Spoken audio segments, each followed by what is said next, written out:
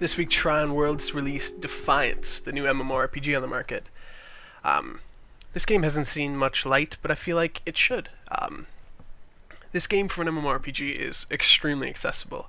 As a person who doesn't really play that many, I felt comfortable coming in and just playing a few minutes or a few hours felt extremely satisfying.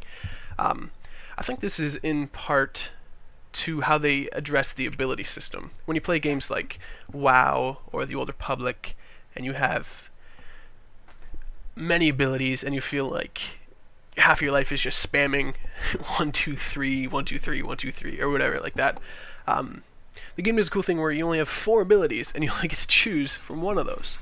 Now, this may seem not that interesting, but it really does work. The abilities, all 4 of them. So the first one is a cloaking ability, where you're invisible to enemies and you get a little bit more damage when you attack from behind an enemy.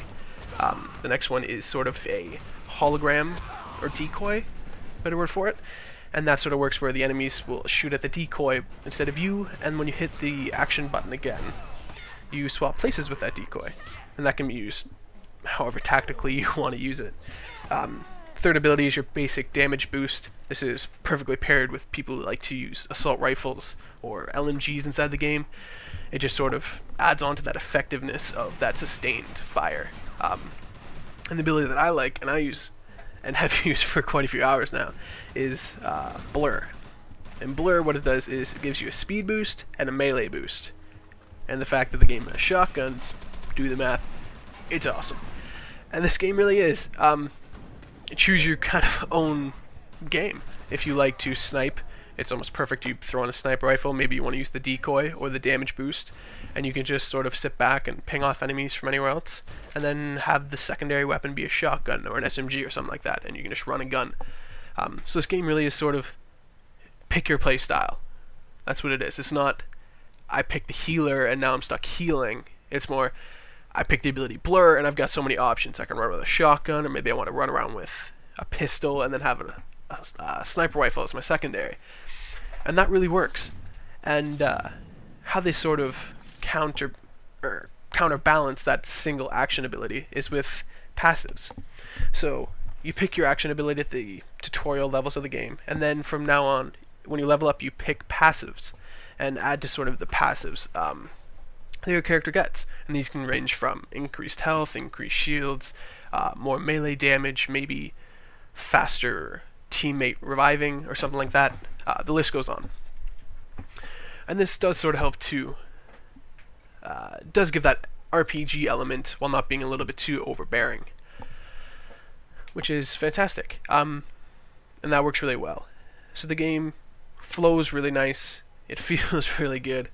Gameplay is great. It does leave a little lacking in the sense that you can't group with your friends in some things.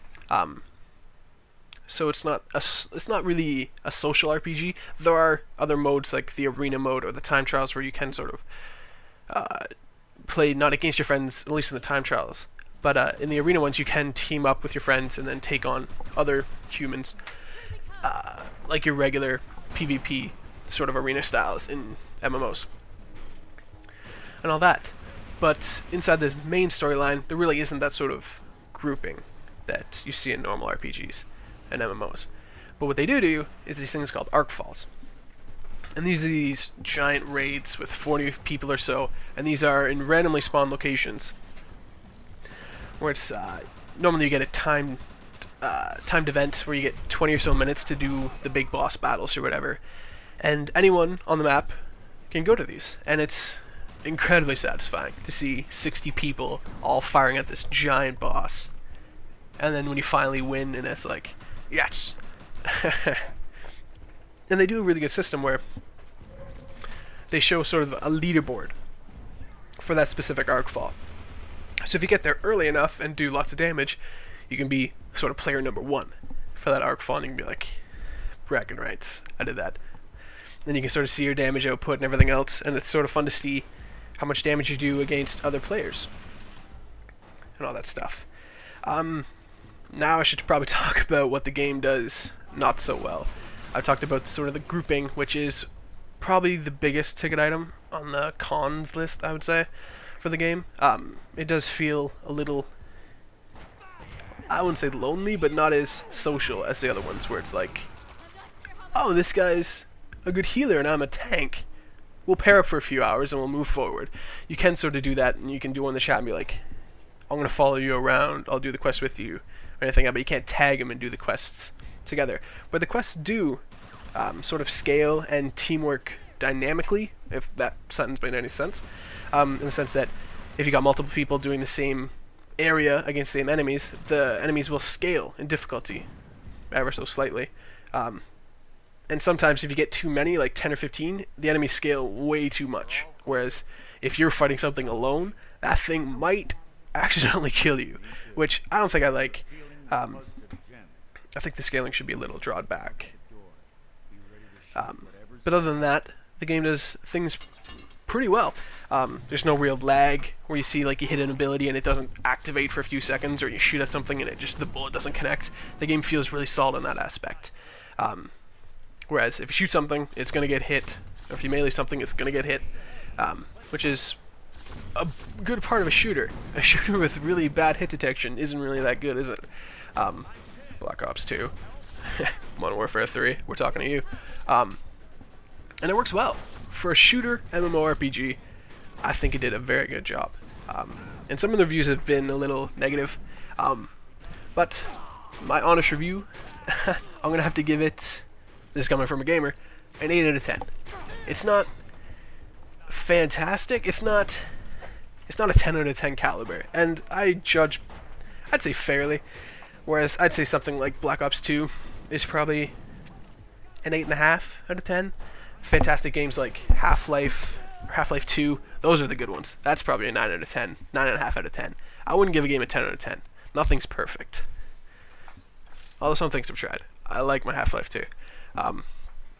So yeah, an 8 out of 10. If you enjoy shooters, third-person shooters, I would say, and casual ones, I would say give it a shot. It really does cater to it. If you give it the time and you sort of think about it in the first few hours, and you go, I really enjoy playing with shotguns, I would say maybe go back, start a new character, grab the blur ability instead of something else, and then it really does sort of cater to that. I would say play through your first time for an hour or so and play with some of the weapons.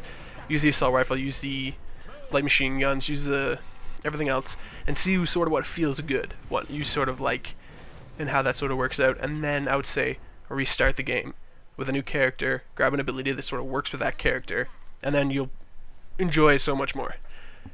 It's one of those games where it's not gonna, I find that in RPGs, where I'll get about, it seems good in the first few hours, and then 8 hours down the road you're like, I can't take it anymore. This ability sucks. I don't like it. It's like, I can't do it anymore. That's what I call the BioWare effect, where it's like, you know, that hardcore adapt seemed like a really good idea until about hour 10, and then I realized, yeah, screw that. But yeah, give it some time, really think about it, and I would say give it a buy. It seems good. So yeah, that's about it. Basic review, and I'll see you guys next time.